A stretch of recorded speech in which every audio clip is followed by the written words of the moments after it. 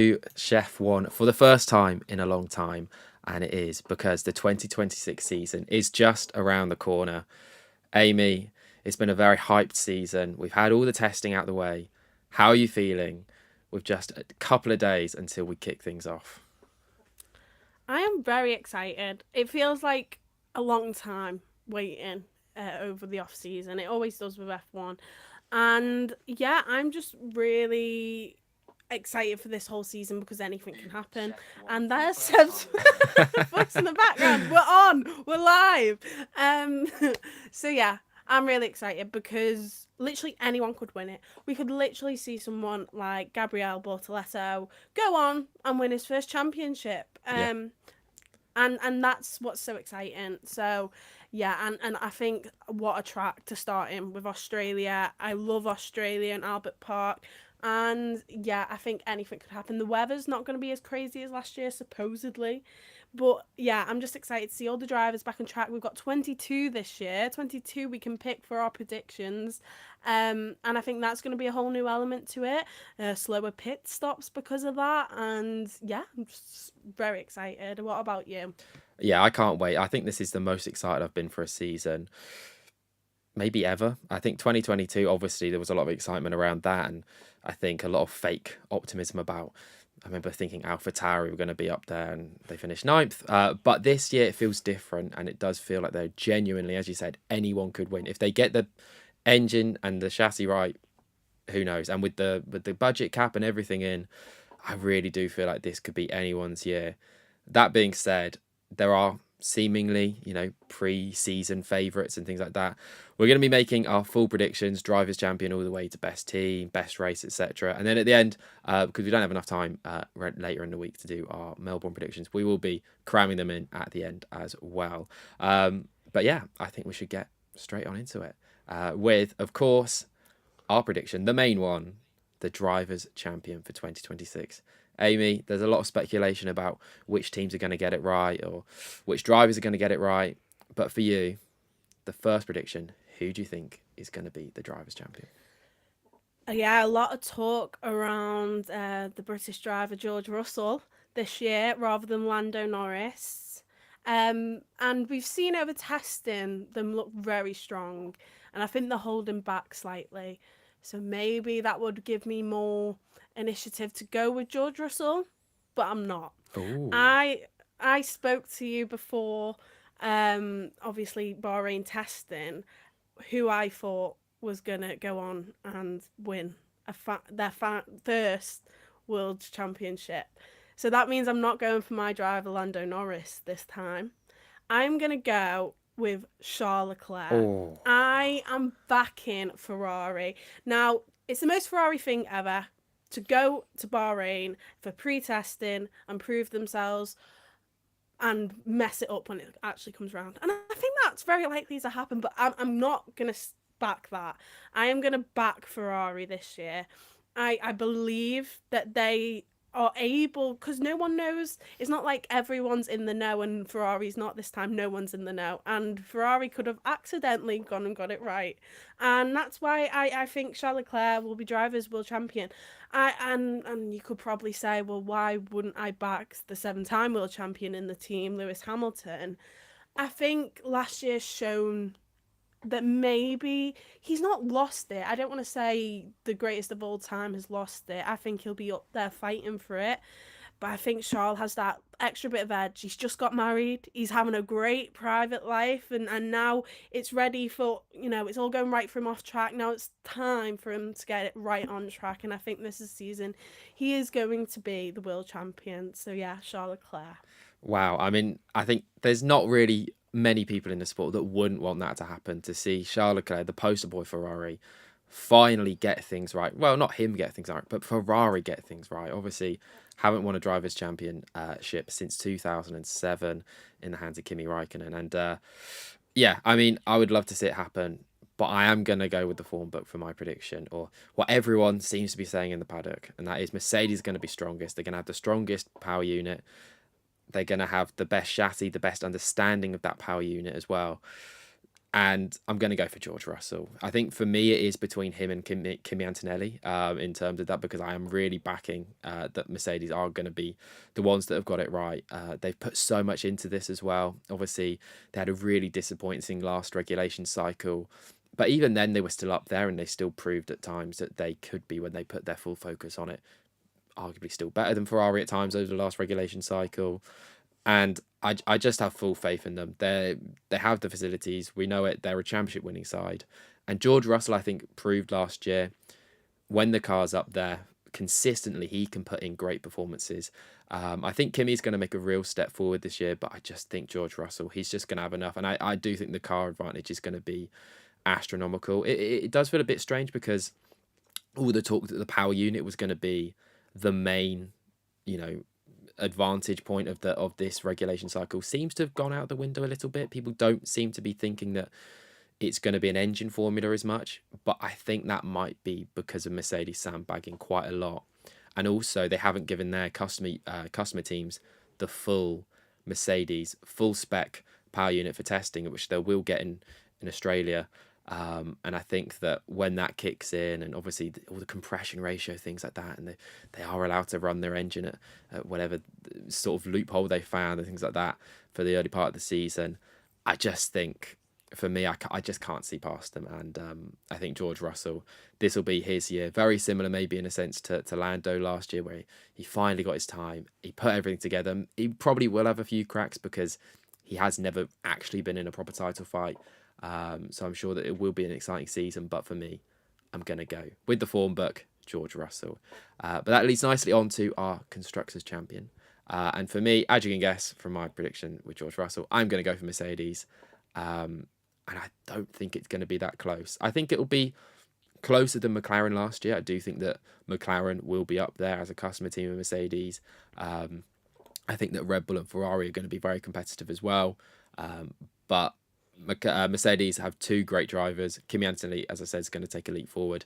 And I think he's going to be challenging Russell. And we know Russell's consistently going to deliver the points. And if the car's there as well, I can't see past Mercedes. So for me, they're my Constructors' Champion. How about you, Amy? Obviously going for Leclerc as Drivers' Champion. Does that mean Ferrari will finally get their hands back on the Constructors' Championship as well?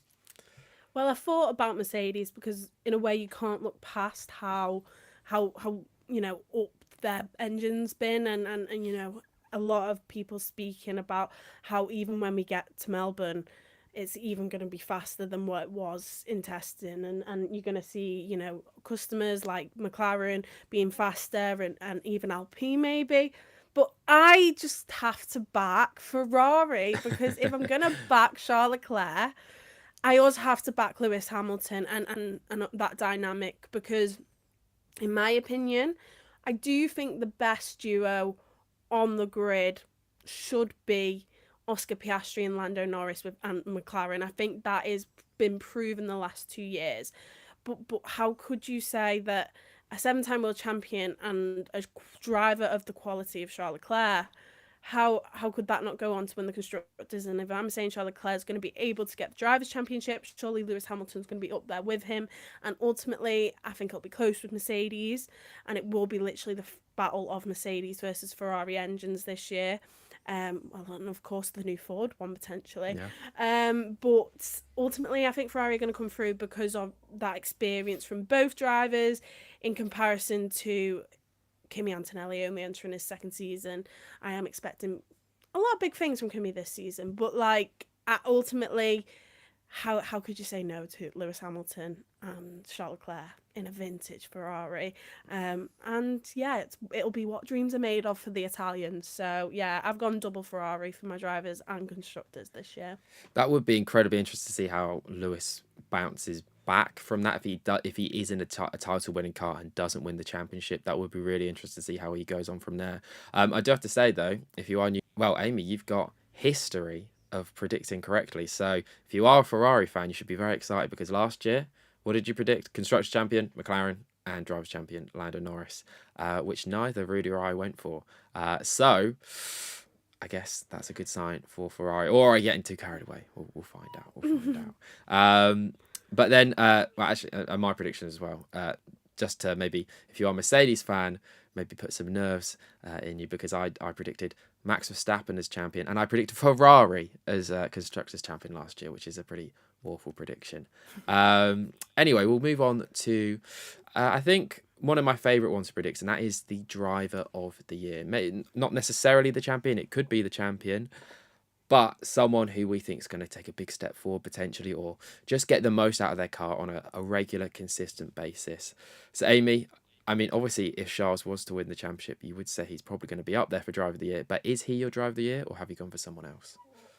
I feel like you may have also gone for this driver, but they proved last year what a talent they are.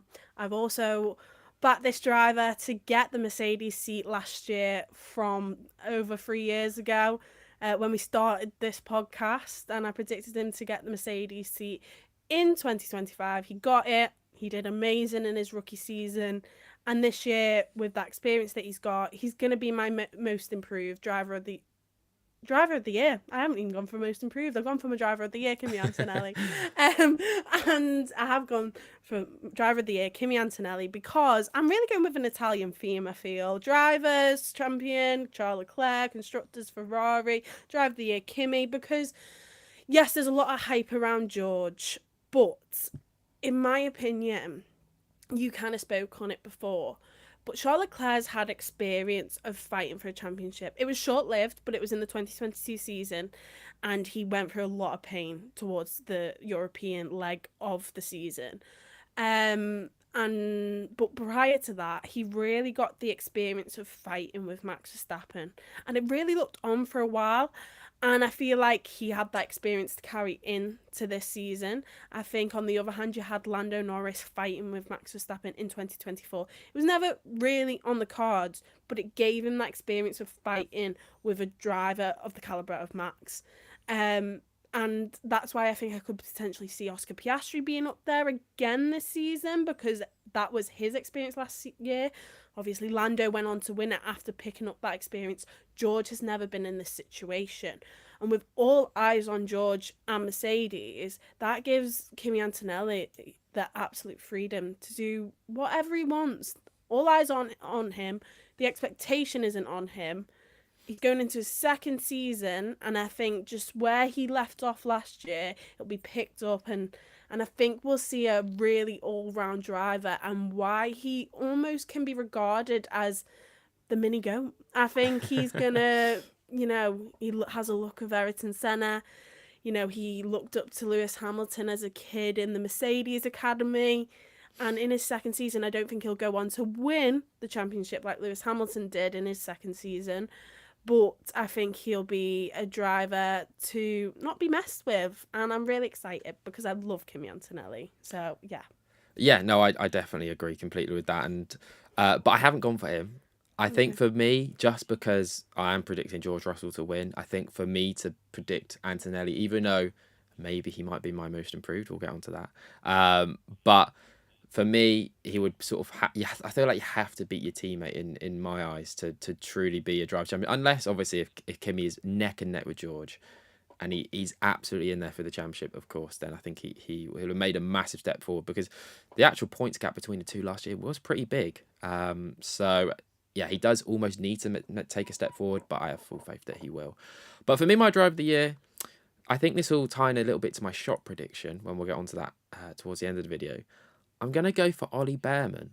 Now, I don't want to give too much away about my shot prediction, but I do think that if it does end up being a bit of an engine formula, I think that Ferrari are going to have the second best power unit. I think that they seem to be incredibly reliable. That's what we saw a lot of over testing. Obviously, this sort of turbo start thing, that could be a big part initially in the season if other teams try to catch up to that, and Haas can get great launches off the line. Then I think that'll obviously help them, even if they aren't too good in qualifying, and maybe the Mercedes power unit teams are slightly quicker over one lap.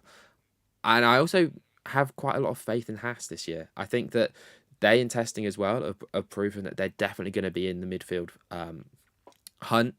And I think for me, driver of the year, it was between drivers from two teams, Alpine and Haas, for those drivers that are really going to take it to the front teams.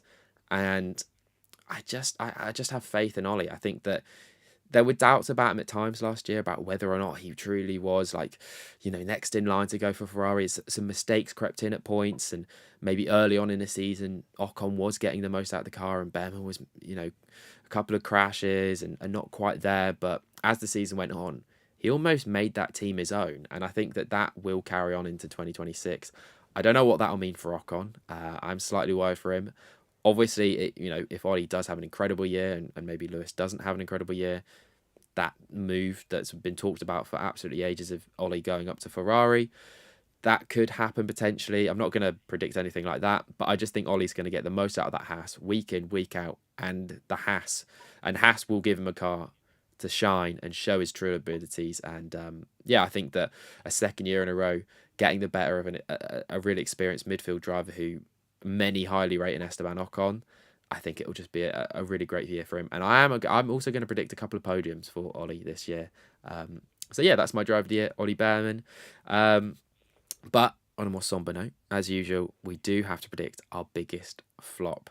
And I'm going to kick this one off with one I don't really want to say, but also, by me saying him, I have full faith that he will now not be the biggest flop. And that's because I'm going for Isaac Hadjar. Now, if any of you do watch ShefF1 regularly, you will remember that last year, after the Australian Grand Prix, I went in on him. And I said that the attitude he showed when he went off crying after his formation lap crash. And I went in on him, but he proved me so wrong. And he rightfully got that Red Bull seat after his performances for Racing Bulls. And so much talk is that with the new regulation cycles, this is the best time to come in to be Max Verstappen's teammate. And part of me wants to believe that, but part of me also thinks it will be the same story over and over again with Red Bull. I just can't see a world in which they truly ditch their formula of making a car specifically for Max Verstappen, because ultimately I do believe that they will think that that is the best way to be able to fight with Ferrari, with Mercedes, if their power unit isn't quite the best. But if they can tailor a car super specifically to Max, as they seemingly do, I think Max will get the most out of it and then can drag that car into positions maybe it shouldn't be. Whereas if they make a maybe an all-rounded car that Max still gets a lot out of and Isaac's able to get a lot more out of, but then they could be languishing in fourth or third, and that's not where I think Red Bull want to be. So I think it's going to be difficult for Isaac. I hope he proves me wrong, and I hope we don't have another second Red Bull seat curse. But, you even think back to the last change in regulation cycle, 2022. Yes, Perez was better than many years that we've seen the second Red Bull driver, but he still was nowhere near Max. And I think that Isaac is not quite going to be on the level that he showed at Racing Bulls and the level that quite a lot of people are expecting from him. I don't think it would be as bad as Yuki or Liam or even Perez in the last couple of years, but I just think it's not going to be what people want it to be, unfortunately for him. But hopefully he proves me wrong. But what about you, Emmy? Who are you going for your biggest flop?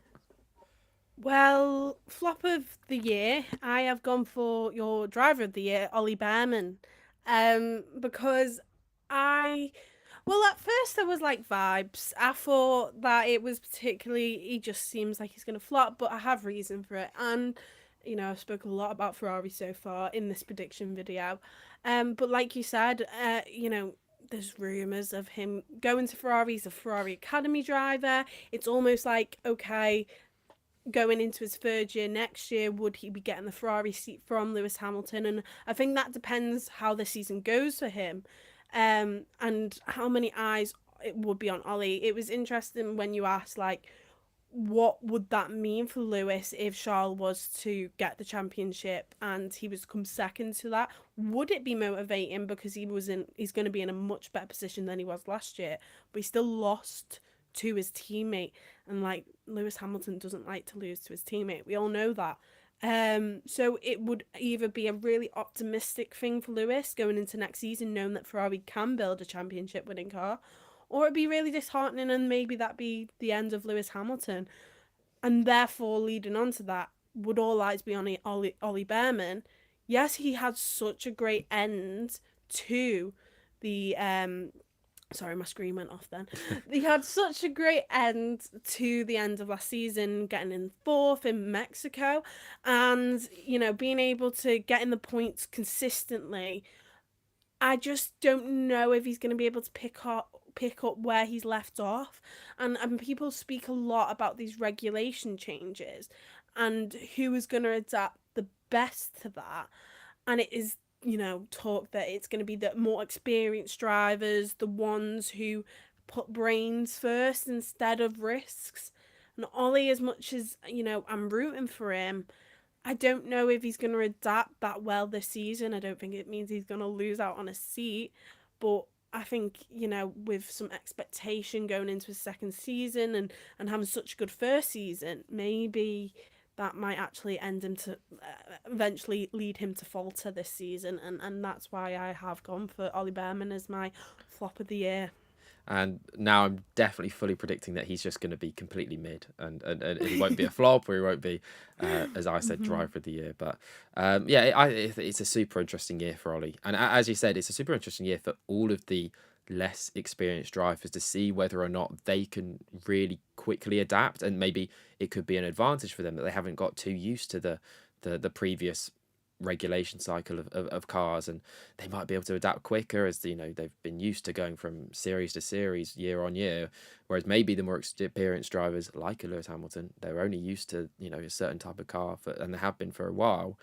Maybe it'll be more difficult for them, or maybe, as most people are predicting, those experienced drivers that, as you said, potentially less risky drivers will be able to get up to speed a lot quicker, and they know how to set up different types of cars and things like that. And it's going to be super interesting because, as we've said, I think the whole video, no one knows. It's the best thing about this year. No one knows anything.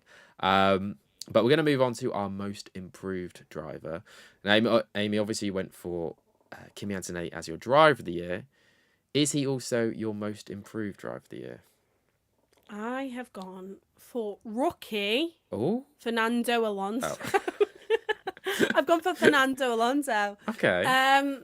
Because I genuinely, I know it's not looking good for Aston Martin, and maybe this isn't my shock prediction, but I also want to get it in there that I do fully believe that Aston Martin are going to be terrible in Melbourne, but I believe they will be able to progress the car by at least Silverstone to be up there fighting for podiums like they did in, what was it, 2023? Yeah. At the start of 2023, and we've seen Fernando Alonso back on the podium.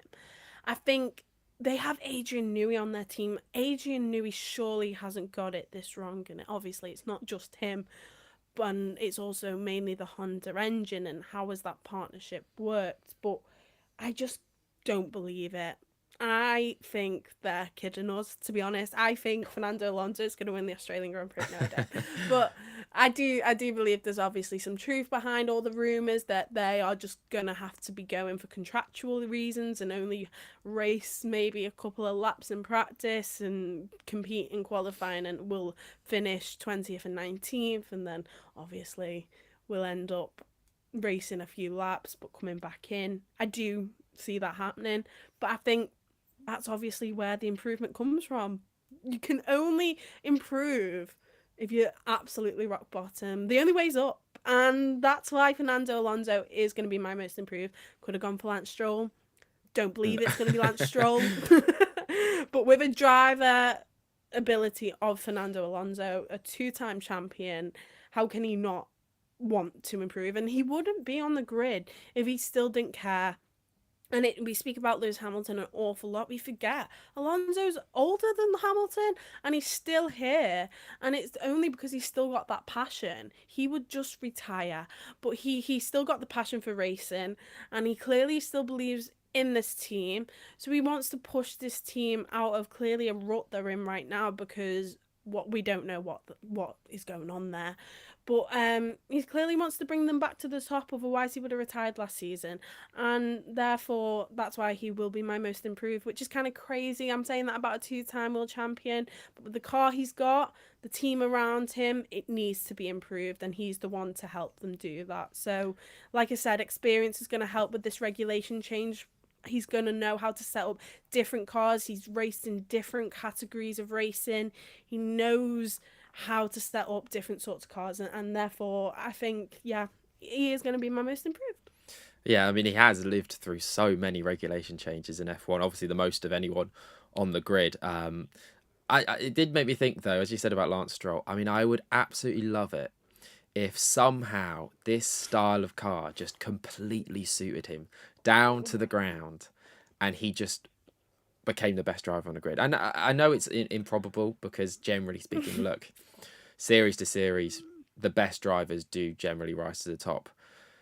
But you never know. You never know. This could just somehow suit someone so well down to the ground who we just have no idea. You know, Nico Hulkenberg, this just completely suits him.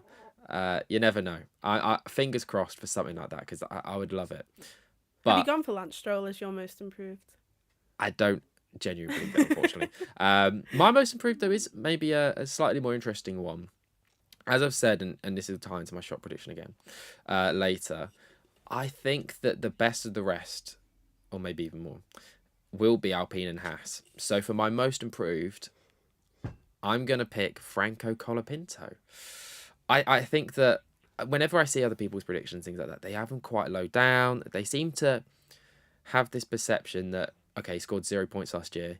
He's like another sort of properly like a duffer driver, instead, and almost putting him in like some sort of the same category as, like, you know, someone like De Vries or you know, Mick Schumacher and things like that. And it's like he's part of that sort of like era of driver in a sense, but I really don't think he is. I think he's a lot more than that, and I think he proved it at his time as Williams, and I think he proved it in flashes last year. I think that there were quite a few races where, you know, in qualifying he was quicker than Pierre, and I think he was just in a car that was so poor that he just wasn't able to really show. You know, even if he finished P12, what, that could have been an amazing performance, that Alpine, but it just wasn't getting points and people weren't recognising it.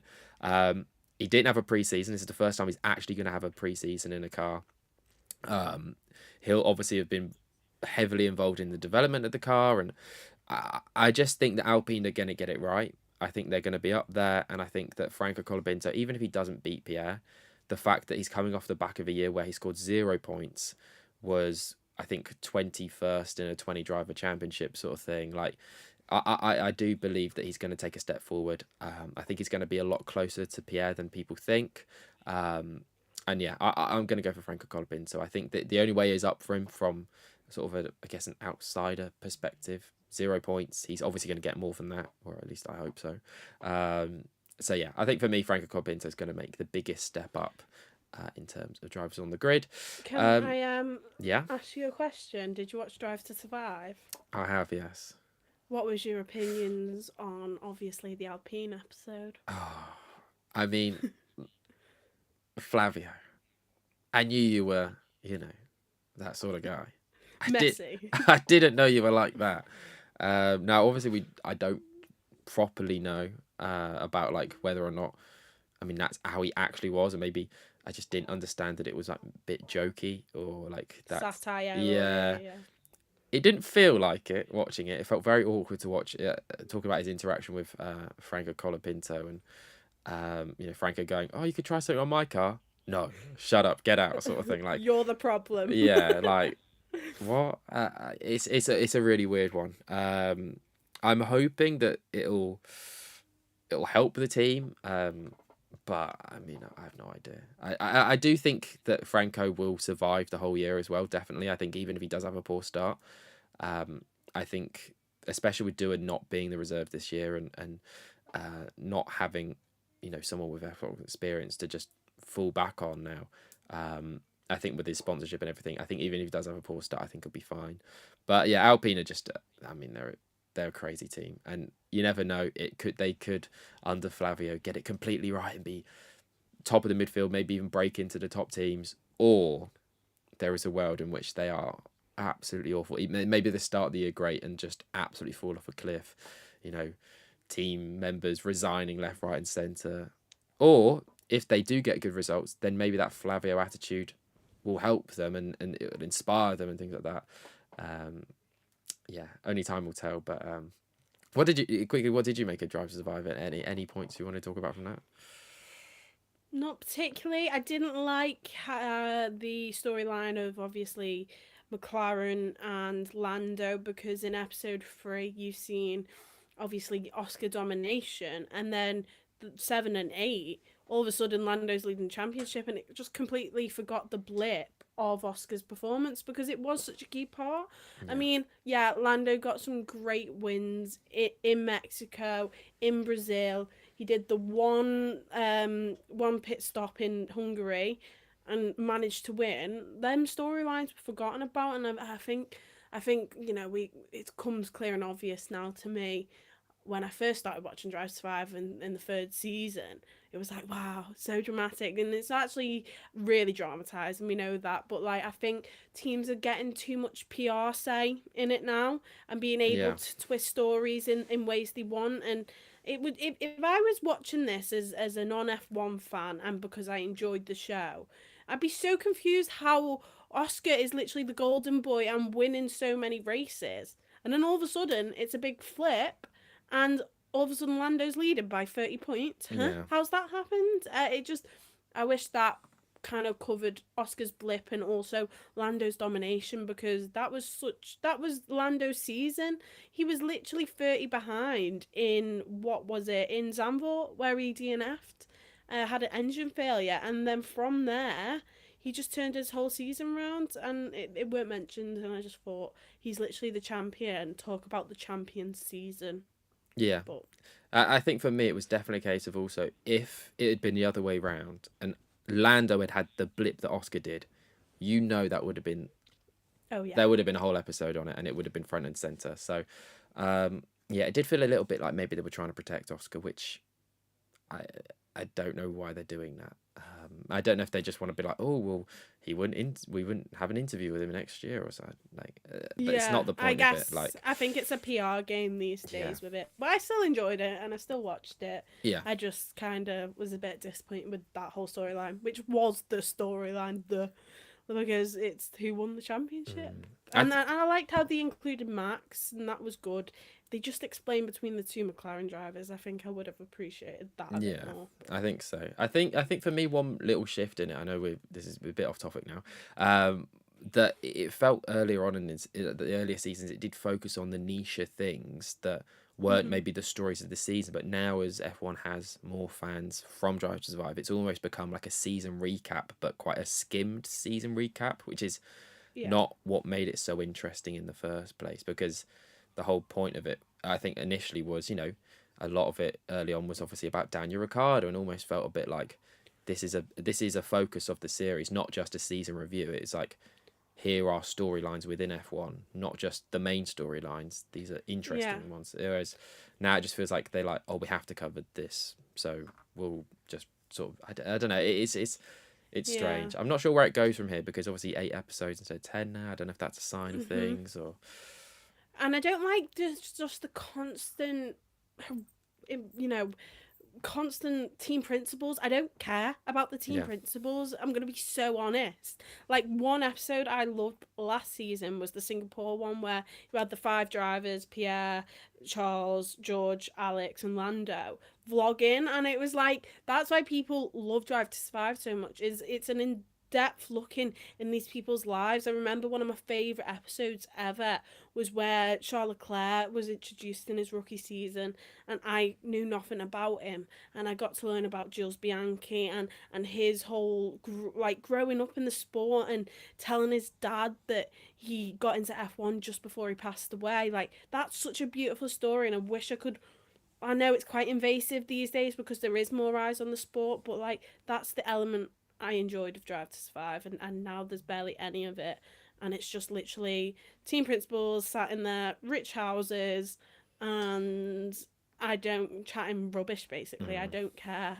I yeah. mean, I did But think yeah, the Horner side of it was really weird, and the weird. him getting booed at the O2, like, I mean, we all know why that was, and it was not Yeah, because you're so good, Christian, right? We know that yeah. was not because you're dominant or whatever like that, And right? everyone needs a villain. Maybe why are you the villain? Yeah, that was really weird, and I don't know Yeah. why. Yeah, I don't. Anyway, we will move back onto our predictions now, and so we just did most improved, but now we'll move on to the races, and we're going to start off with the best race.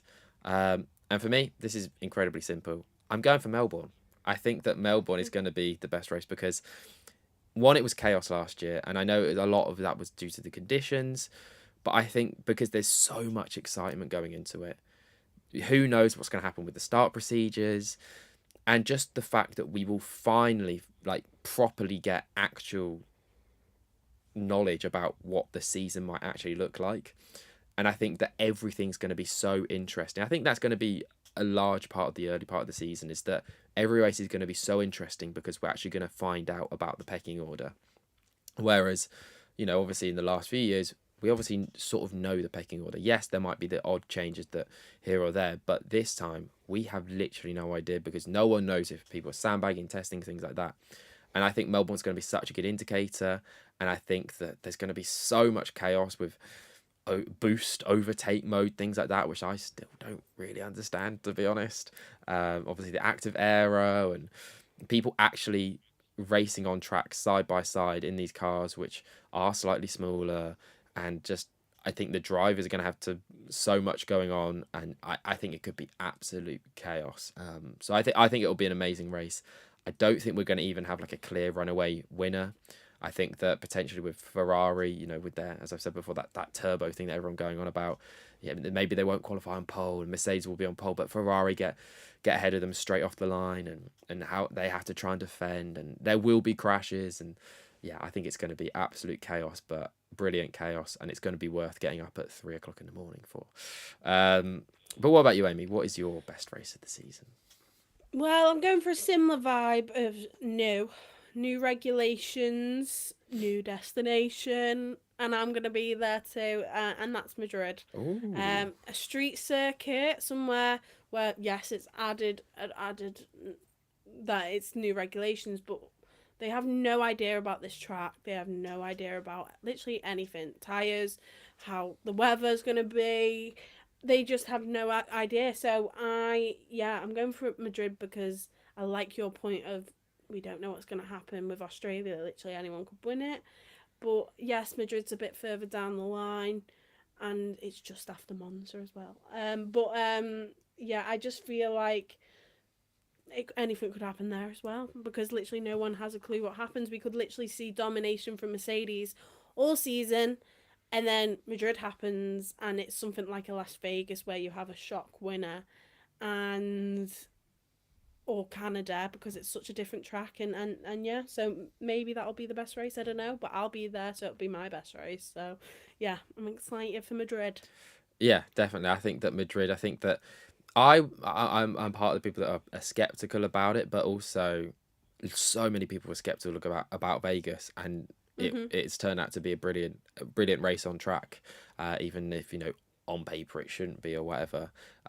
So yeah, it's just going to be exciting, isn't it? Obviously a new race on the calendar, and one that's going to be there probably for quite a long time. So it has to deliver in a sense. But we'll move on to our worst race now, and for me, Madrid was in the thinking, but I haven't gone for Madrid. I'm gonna go with the same logic of I think early on in the season I was tempted about Japan and Suzuka because I don't feel like that's been a great race for a while. Um, the lack of overtaking, things like that. But I still think early races and different types of tracks early on in the season are still going to be incredibly fascinating and still incredibly interesting because the shaken up order and things like that. So I've gone for one later on in the season. I've gone for Qatar. I think that Qatar is it doesn't really deliver a huge amount. Obviously, it was interesting last year because of the title fight, and obviously the 25 lap stint tire thing. I don't know if that will still be there because obviously we've got different tires this year, and if it isn't there, then I don't know what this race is going to be like. I just don't like the track. It's not an F1 track. It's a MotoGP track, and I just yeah, it doesn't give good racing. And I think that later on in the season, the novelty of the new regulations might have worn off a bit. We'll get a lot clearer pecking order at that point. It's literally, I think, was it the penultimate race, I think, of the season. So the title might already be wrapped up by then, and I just think it's just not going to hold the same intrigue. It could still be amazing. Obviously, look, if it's like a Ferrari Mercedes title fight that's going down to the wire, and it's maybe even similar to last year, then obviously it could be amazing. Just because even if the race itself isn't great, but yeah, I'm going to go for Qatar. I just think. I just can't see it being that great. But what about you? What have you gone for worst race? I'm going with the Spanish theme, and I'm going to say Barcelona. Okay. Because I think there's a reason that now it's going to be alternating with Imola. That's confirmed, isn't it? Yeah. Yeah. But yeah, Barcelona, for me, I don't enjoy it. I just don't. I love Barcelona more than anything. I hate that I'm picking Madrid over Barcelona in something. But I am going to be saying Barcelona. It bored me last year. Oscar won, and it weren't because Oscar won. But yeah, I just haven't enjoyed it for quite a few years now. It's not really give us any shock results. It's not really shown us any exciting things there. It's just been kind of a routine race. And I don't think that's going to change even with the new regulations this year. I think it's maybe a track issue. And yeah, I just think it'll be the worst race. Yeah, I definitely think it's definitely going to be up there. But fingers crossed, it won't be. Anyway, we'll move on now away from the circuits onto a prediction we do every year, and that is whether or not there'll be a new race winner, and if yes, who are going to be the new race winners. Obviously, this year, there's definitely more potential for that to be the case. Amy, have you gone for there being a new race winner this year? And if so, who? I've got 3. Wow. Is that allowed? Yeah, of course. I've gone for Kimi Antonelli because how could I go for my driver of the year and he doesn't win a race, and especially what's considered to be a rocket ship this year. So yeah, Kimi Antonelli, he surely has to get a first place at least once this season. Another driver who's he's been promoted up, and that's Isaac Hadjar in his second season. And yeah, I think again, if Max is able to get results, and especially in a car with these regulations that not going to be exactly suited to Max, it's an opportunity for finally one of his teammates to pick up a win when Max either can't or he's just performing better than Max. Maybe we've heard Max complain about these new regulations and he doesn't enjoy them, but maybe that's because someone like Hadjar is going to really enjoy it. And yeah, that would be very interesting if that was the case and we were seeing Isaac Hadjar win and Max Verstappen not. But someone, and we've not mentioned this team yet in this video, but that would be Williams. Oh, okay. Okay. It's going to go one or two ways, obviously. It's going to go one or two ways. But obviously, we heard a lot from James Vowles for the last 2 years that Williams are just looking forward to 2026 and they're looking for the new regulations, and they obviously had a late package, didn't even test in Barcelona in the pre-testing. So it was a bit like touch and go, but they also have a Mercedes engine. Is that going to help? Have they got these regulations right? I'm going to trust in James Vowles. And I love the partnership of both drivers, of Carlos Sainz and Alex Albon. And I think it's about time that Alex Albon wins a race. And yeah, maybe it's just something I want. But like you said, like I said, that's what they were focusing on. So hopefully that's paid off. Because last season was incredible for Williams. It was nice to see them not fighting for 9th, not fighting for 10th. Fighting for 5th, and they got there comfortably in the end. And yeah, hopefully, it's really hard because there's rumours that, Williams haven't got the most money going into this season. I'm hoping that's just bad rumours and people trying to make things up, because Viva Carlos Sainz and Viva Alex Albon. So yeah, Alex Albon. I've gone for 3. Yeah, I mean, I would love it to be 3. And if Alex Albon wins a race this year, I mean, that would be such a brilliant turnaround for Williams from, yeah, as you say, what people are predicting and maybe the situation of the team this season. Yeah, but I can't see it. I've only gone for 1, and it's obviously Kimi Antonelli. I think he's going to finish second in the Drivers' Championship this year. I think that he is. I think Mercedes are going to be by far the quickest. I do think there's still going to be hiccups for them, especially for George if he is, clearing away. Definitely in a title fight, maybe even just in a one-horse title race. Even still, nerves are going to kick in, and I mean there are going to be reliability issues across the board this season, which is another thing that should make it incredibly exciting. And I think there will be races where look, he conks out and he might, he'll be winning the race by 20 seconds and he's out of the Grand Prix. And I think that is going to happen a lot more this year. And I think that Kimi is always going to be in and around there to sweep up the pieces. And I think he wins 4 or 5 races this season, honestly. But other than that, as I said, Hadjar's my flop. I mean, he could still be a flop and win a race, if he wins one race and finishes last in every other race. I mean, but I just can't see it. I think I just don't know what to make of Red Bull. I think there was obviously a lot of hype around them after I think the first day of testing. It was like, wow, Red Bull are, their engine's far better than everyone else's, and then it's sort of like, oh no, it's not actually. And yeah, I don't know what to make of them. I don't know what to make of the power unit. I don't know what to make of the team's operations and everything going forward.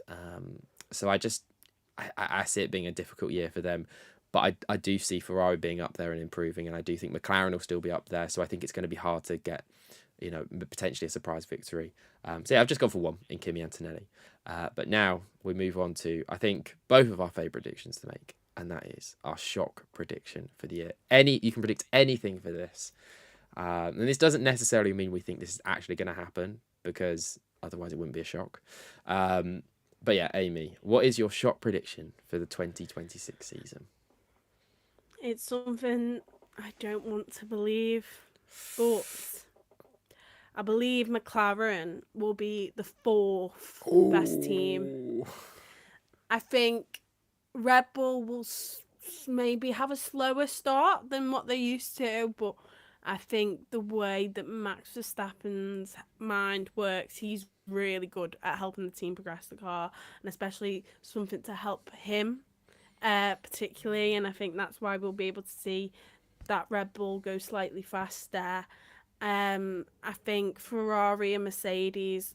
I know you should never go off in testing, but they just looked in a league of their own, and McLaren haven't got their full power unit yet. But I don't know. I can completely see them plummeting, and I think it's because they're falling from so high. If you spoke about McLaren getting 4th best team in a constructors 3-4 years ago, you wouldn't be shocked at that. But from being 2-time constructors championships in a row, yeah, that's a shock for me, and I hope it's not the case because I'm repping the merch. But yeah, 4th fastest team for McLaren. I do think it's a possibility. I think again for them it is a complete unknown, because Yeah. you look at obviously 2022, the last change in regulation cycle, they were 5th, and it isn't a guarantee that they are going to be quick once again. They might have just stumbled upon a great design thing in the last regulation cycle in 2023 when they came to Silverstone and were great. That might have just been obviously for them to kick on from that and then build a championship winning car and things like that. It proves they are probably going to be one of the top teams, and that's why they are sort of guaranteed, you'd think, to be in that top 4. But there's a lot of unknown, because you go on. No, it's just because last year they were so far ahead, but that's because they were continuing to progress with their car. They saw that as the opportunity, like you said, to kick on from 23 to then 24, and then they knew in 25 that was their opportunity to get both championships. And when you got to mid-season and you've seen a lot of cars saying 2026 is our focus now, they still kicked on, and they still were so invested in that championship because they had both drivers in it, and Max Verstappen came kicking back. And I think they will have been less focused than the likes of Ferrari and Mercedes, because they actually had something to worry about last season when them two were able to focus on.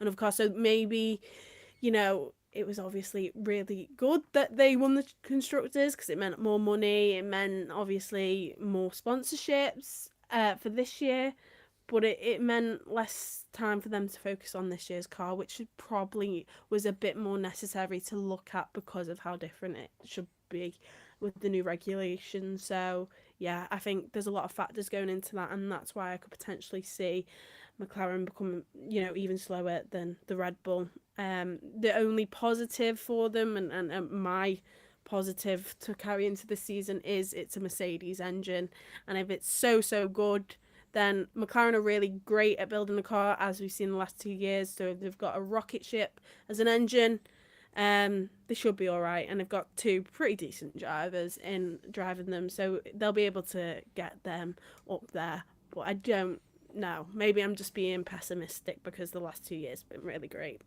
Yeah, no, I think it is incredibly interesting because going back to that 2022 point, look, both 2022 Alpine and McLaren were, putting similar amount of time and resources into that, and Alpine came out on top. Now, yes, as the regulation cycle went on, McLaren proved to be miles clear, but that initial year, and then you compare it to this year where Alpine have put everything into this year, and McLaren are, playing a little bit of catch up. It wouldn't have been, it wasn't a incredibly daft thing to suggest, 2022, 2023. Maybe Alpine is a better team to go for as a driver instead of McLaren. That wasn't like this absolutely crazy statement. Obviously now it would be, but what has significantly changed for that now to not be the case, unless McLaren, maybe they will continue to be a part of the top teams, and I do think they will. I But mean, you there's a you little never bit of know. shock that Oscar Piastri Yeah, chose to go and race for McLaren, because we'd seen, yes, Lando do great the last few seasons, even in a car that weren't the best, but Lando was able to get it. But his teammate of obviously Daniel Ricciardo, he just couldn't get it. So why would we see another Australian driver go from Alpine, which were a very similar team to McLaren, and also a youngster, Lando's their poster boy? Like, why would he have gone there? And thank God he did, for Oscar Piastri. But at the time, it was still quite a shock, which yeah. shows how much they came on leaps and bounds, but how quick it is for them to fall back into old habits. And maybe because of the money they've had the last 2 years, and they've got such a good team around them now, that won't happen. But yeah, I don't know. Old habits die hard, so maybe it will be the year that McLaren go back to their usual ways. Well, that sort of ties into my shock prediction. I'm not predicting McLaren to not be one of the top teams, but I'm going to predict Alpine and Haas to be part of the top teams this year and be Okay. part of a genuine top six, because obviously the past couple of years it's been the top four teams, right? And they have been the clear top four teams. And the predictions that everyone's making is the top four teams are going to be maybe even a second clear of the rest. There'll be a midfield of Alpine, Haas, maybe Racing Bulls and Williams, and then there'll be a further gap back to, Cadillac, potentially Audi, you never know, and Aston Martin in the early stage of the season. I'm going to go against that. I don't know. Who am I to go against that, obviously, but I'm going to go against it. I'm going to say Alpine and Haas genuinely compete and will be quicker on some weekends than some of the top four teams. And I think the only thing that's going to hold them back from being, actually finishing ahead of those teams is their driver lineup. I think that obviously Alpine and Haas have a worse driver lineup than all of the top teams.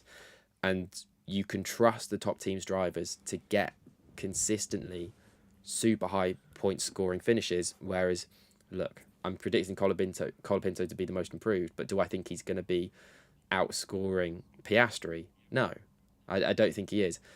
But I do think that the car and the capability of Pierre Gasly and Ollie Behrman and Esteban Ocon at times and Colapinto at times will put them in that fight for the top six. And it wouldn't be a massive surprise for me if Alpine, say, finished ahead of Red Bull, because that Mercedes power unit is going to be massive. And I also think the Ferrari power unit, with its reliability and that turbo start I keep going on about, I think it will play a massive part this season. And I think the aero designs, things like that, are all going to be fairly basic, all fairly similar. I think that later on in the regulation cycle, yes, Alpine and Haas are going to drop back massively, I think. And I think that top four will start to re-establish itself as a top four. But I think this year, I think it's going to be a top six. And I think Alpine and Haas are both going to get podiums.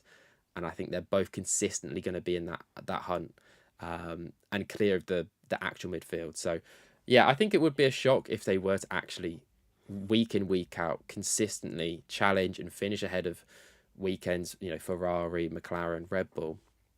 But I think it's going to happen. So yeah, that's my shot prediction, is that it's a top six, not a top four.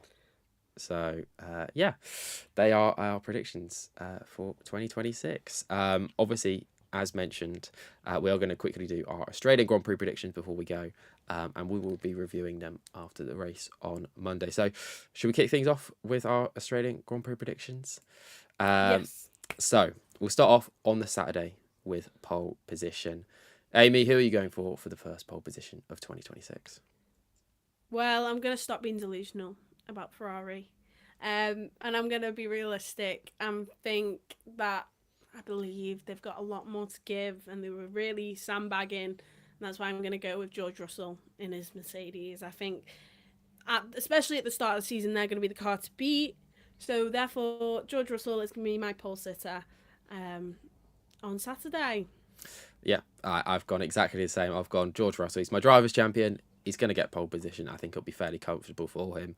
But yeah, I'm going for George Russell on the Saturday. I think that is what 99% of people are going to be predicting this weekend. So we'll move on to the Sunday and our first podium of the year. Have you gone for any shocks in that top three? Any Ferraris in there? What have you gone for? I have gone for the two Mercedes, but I've gone for George to win the race from pole position. I've got Kimi Antonelli in third. Okay. So in second, I have gone for Max Verstappen. Oh. Okay? Yes, I don't believe much in this car, but I believe in Max Verstappen. There's no doubt in my mind that Max is going to drag this car across the line. And I just think we spoke about, are the drivers who are more risk takers, they're not going to benefit as much because you're going to have to slowly learn how these cars work. But anything can happen with Max, and I trust Max, and I think he's going to be up there fighting for the win. I don't think he's going to win because I think maybe George and the Mercedes are more settled with their car starting in Melbourne. But I think Max is still going to be up there, and that's why I've gone for him second in between both Mercedes and Mercedes sandwich. But yeah, that's my podium. What's yours? I've gone for Russell P1, and I've also got Antonelli P2. So I'm going for a Mercedes top two, and I'm going for a Mercedes top three because I'm going for Lando Norris in his McLaren to round out the podium. I think that there will be a surprise. It's weird saying Norris on there would be a surprise, but I do think there will be a surprise on the podium because I think they're going to be DNFs, and there's going to be chaos off the line, and you never know. Ferrari, they might, Lewis Hamilton might get an absolute amazing launch off the line and go straight into the back of someone. You never know. So it's going to be beneficial for whoever starts at the front of the grid on Sunday, whoever qualifies best, because if there is going to be chaos, it's going to be behind you. So whoever's taken off first and can get away is only going to benefit them. So I think Saturday's massive. Qualifying is going to be massive for this. Yeah. And also, it is going to be the first time we see every car with its true potential. And ultimately, we don't know what's going to happen there, and neither do the other teams. So literally, they're not prepared for it. They're just going to be pushing and pushing. We could literally have a top three on Saturday of Lance Stroll, Franco Colapinto, and Sergio Perez. Like, we don't know. that would be amazing. It's just I think it's just going to massively benefit on the Saturday for what's going to happen on the Sunday. So yeah, definitely. And I think that I think there'll be a couple of people take each other out definitely in that first turn. I almost think if you're in the midfield this weekend and you're qualifying P16, 15, maybe starting from the pit lane might actually end up being a better bet. I don't think anyone's probably going to do. Maybe, I don't know. Maybe the Astons. Yeah, I think they should definitely start from the pit lane. If they, they're probably going to qualify at the back anyway. So actually, they could just hang back anyway. But yeah, who knows? So yeah, I'm going for Russell, Antonelli, and Norris as my top three. So we got a slightly different categories from last year this time. We're doing a driver of the weekend, a standout driver of the weekend. It could be, look, they could be amazing in qualifying and crash out in the race, but still have been the driver of the weekend in a sense. So who are you going for your standout driver of the weekend? I'm going for a driver who this race means a lot to. And after last year, I hope he redeems himself, and that would be Oscar Piastri. I think it was so unlucky for him to spin out, because that spin out in the first race cost him a driver's championship. I mean, if he hadn't have span onto the grass, got stuck, and he still came back and got points and got into 9th position, but if he finished in 3rd, he would have won a driver's championship. So it shows how every weekend matters, and especially as close as it could be this year. Yeah, but this year I think he's going to redeem himself at his home race, his home city, and that's why I'm going for Oscar Piastri as my driver of the weekend. Nice. I'm also going to go for someone I haven't predicted on the podium. I'm going to go for Lewis Hamilton. I think that Ferrari, I think, is still going to be up there, and I actually think he's going to qualify incredibly well, potentially even, top three. And I just think that the Mercedes power unit is going to really come to the fore in the race. But I think he's going to beat Leclerc this weekend. I think he's going to have that fire in his belly. And I think he's going to be, the standout driver, because it'll be the Lewis Hamilton of old. The Lewis Hamilton that he's not post race, he's not crying, and he's not, acting like he's going to retire. He's acting like, do you know what? I can see a vision. I'm part of it.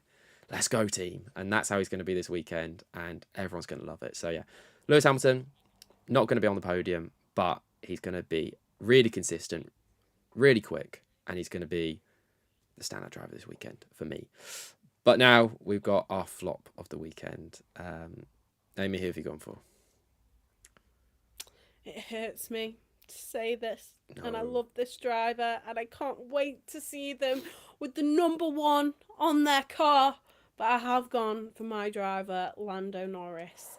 And this is because, there's quite a lot of positives for Lando in Melbourne. He's never been out-qualified by a teammate here since 2019. Even on his debut race, he out-qualified Carlos Sainz by 10 positions.